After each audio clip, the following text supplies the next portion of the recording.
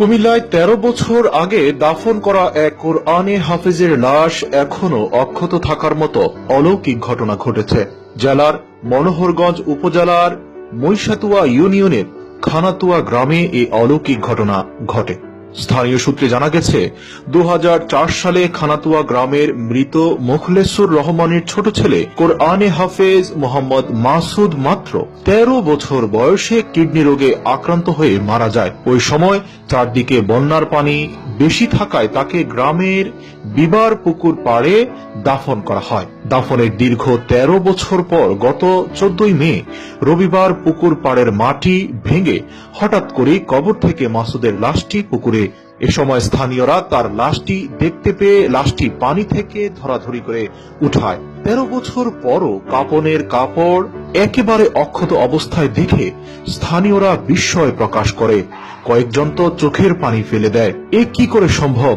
দীর্ঘ ১৩ বছর পরেও একটি লাশ অক্ষত অবস্থায় রয়েছে এবং তার কাফনের কাপড়ও চকচকে। পরে এলাকাবাসী তার পারিবারিক কবরস্থানে লাশটি পুনরায় দাফন করে।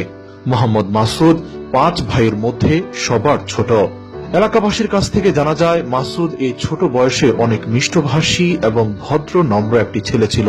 সারাদিন কোরআন খতম নিয়ে ব্যস্ত থাকত আর ৫ ওয়াক্ত নামাজ পড়ত। যে কারো ক্ষতি হলে ছোট বয়সে দৌড়ে গিয়ে তার উপকার করার চেষ্টা করত।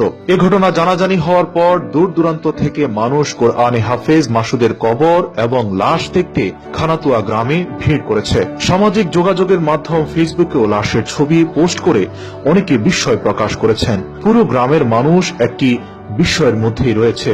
সবাই অবাক, যেখানে কিনা একটি মানুষের লাশ ৫ দিন অক্ষত রাখার জন্য রেফ্রিজারেশনের ব্যবস্থা করতে হয়, সেখানে মাটির নিচে কি করে ১৩ বছর একটি লাশ অক্ষত থাকতে পারে?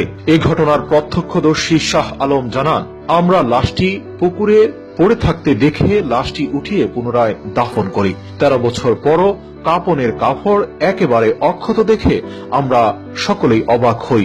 অতঃপর লাশটিও পরিপূর্ণ অক্ষত দেখতে পাই। মৈশাতুয়া ইউনিয়নের চেয়ারম্যান মোস্তফা কামাল এসব তথ্য নিশ্চিত করে জানান, আমি ঘটনা নিজ চোখে দেখেছি। এটি সত্যি একটি অলৌকিক ঘটনা। সেখানে উপস্থিত একজন আলেমী দ্বীন বলেন, আসলে এটি অলৌকিক নয়। আল্লাহ রব্বুল আলামিনের ইবাদত বান্দিগিতে যারা মশগুল থাকে, যারা দুনিয়াবি কোনো ফিতনা ফাসাদ এবং কোনো প্রকার অন্যায় পাপাচারে লিপ্ত না থাকে, আল্লাহ রব্বুল আলামিন কিয়ামত পর্যন্ত তাদের লাশ অক্ষত রাখেন। এরকম অনেক ওলি আল্লাহর লাশও দীর্ঘ শত শত বছর পরেও অক্ষত অবস্থায় পাওয়া গিয়েছে।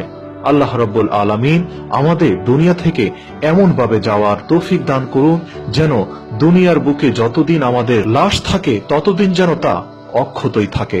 আমিন।